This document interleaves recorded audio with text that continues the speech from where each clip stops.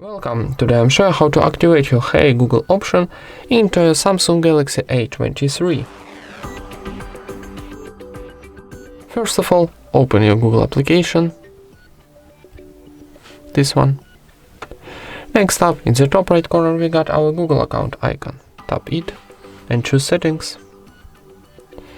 Now go into our Google Assistant and here choose Hey Google and voice match option. And now, for activate our Google Assistant, give tap here on the switcher.